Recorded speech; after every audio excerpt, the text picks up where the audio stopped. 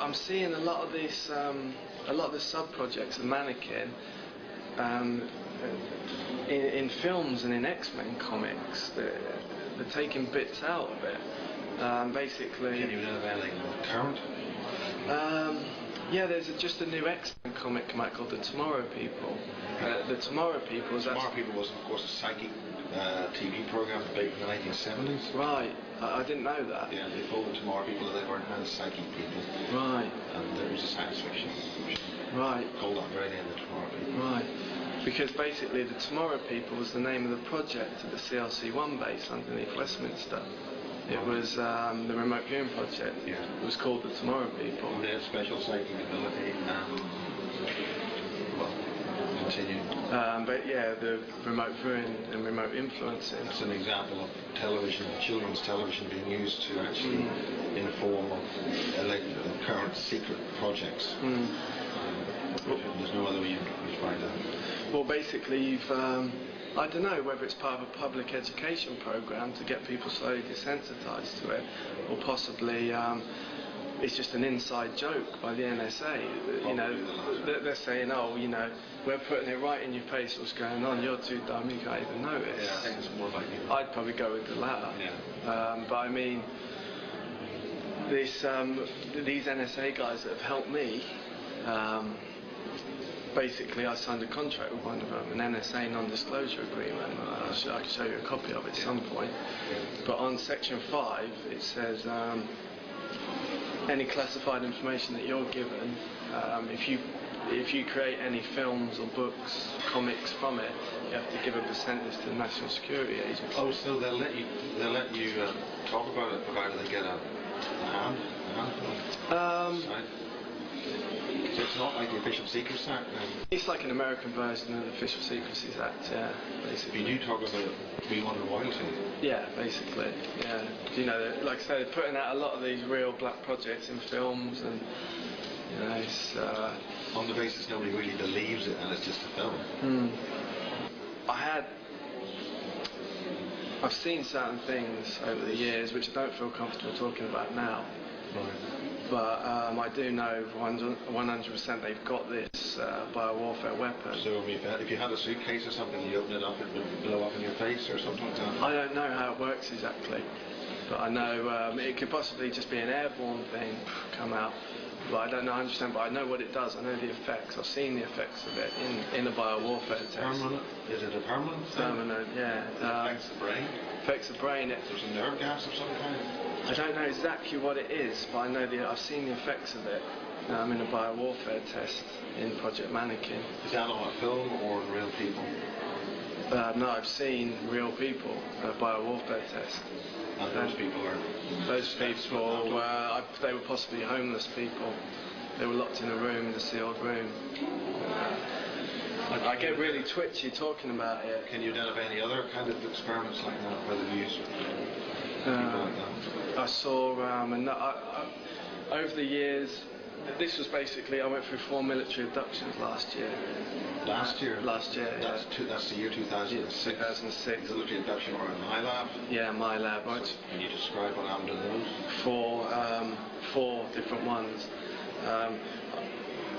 I've gone through quite a few my labs over the years, but I've never gone through 4 in a year before. Basically, they needed to get certain genetic procedures in place before my 30th birthday, because when you hit 30, you start to get a lot of your memories back. Right. I think neural pathways open up in the brain. So is that how you're able to talk about this now? Yeah, I still get really twitchy talking about things, certain things I've seen over the years. I think if you can concentrate on what you personally witnessed, that would be good. Okay. In one of the military abductions towards the end of 2006,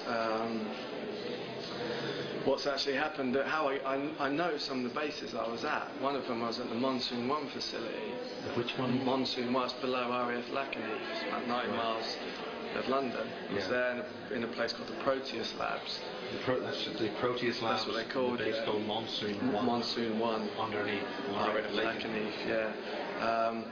Basically, how I got to these places was because I'm implanted I'm still under a lot of mind control. But I can be triggered to do things, and I'll go and do it against my will, and I won't remember doing them afterwards. Yeah. So I have vague memories of it. Manchurian candidate? Yeah, that's what Project Mannequin is, to create Manchurian candidates. Yeah. So basically... what kind of implant are you talking about? Are you talking about these little tiny things? Or? Cranial implants. I've got one little implant here on the back, one on the right hand side. There's actually a wire. It's a copper wire that goes around, connects to an implant there. Right. Got no, it's actually it's next to my jaw there. Right. A little bio monitor there. Right. Possibly other things I don't know about. Is there any way that can be verified by X-ray or anything? I'm looking to get private X-ray some point, and I want these to. Or is the material that's being used some kind of material which isn't metallic, so it's very close to body tissue, so it's not visible on X-ray? I think some of it is like crystal and body tissue, but I know some of the implants do show up on X-ray and others don't, so I have to wait and see. Well, I was getting, a few years back, I was getting really bad nosebleeds and intense headaches that were ruining my life. I couldn't watch TV, and I was actually had to sit in a dark room every night for about 3 months at night because light would hurt my eyes. And, is that like a shingles effect that hurts your eyes? No, it was a nightmare. I felt like kind of drills were going into my eyes. It was like ruining my life. Some real heavy painkillers. And basically, I went for an X-ray, but they wouldn't show me the results of it. And then after that, this plastic material came out my nose, and I was blowing it. Yeah. It stayed there, but then it disintegrated a couple of days later. But it was like hard plastic, and once that came out, the pain, the pressure went. But I mean, possibly where this stuff is happening, these procedures are taking place, is, for instance, the Proteus labs, the genetics labs on Deep Monsoon 1. Basically, what happened at the end of 2006, this is around August, it was the latter part of August. Something happened at the beginning of August as well, but I'll concentrate on this. Fell asleep at 2:30 in the morning. Woke up 45 minutes later, got dressed, headed out the front door, down to the local cliffs in the middle of nowhere. Basically, there was a firefly waiting for me, black triangle disc, which is a abduction craft. And that's the British version of the Stealth. Yeah. But it hovers. Yeah, a very small craft. Yeah. And next thing I know, I'm walking up a ramp on there. There's all special forces guys in it, dressed in black uniform with no insignia on it. Yeah. And I went in, and there's a ramp at the back. I walked onto it. It was like the main section is like this, and there's 6 seats on each side. They face each other like a military plane, like a passenger jet rebels forward, like a military plane, opposite each other. And then at the front there's a cockpit with 2 seats in it. And I took my place down on the right hand side at the end. I was in like a trance, sort of drug state by then, because I was under a lot, triggered to do that. And took off, flew, didn't see where we were going. Aimed down. The windows inside this thing? The only window is at the front cockpit, and there's no door. But I couldn't. When you're in the light things, you can't turn your head. You can only look a certain direction. It's like you're like a robot in total control. And then we went down. Next thing I know was we're in a room,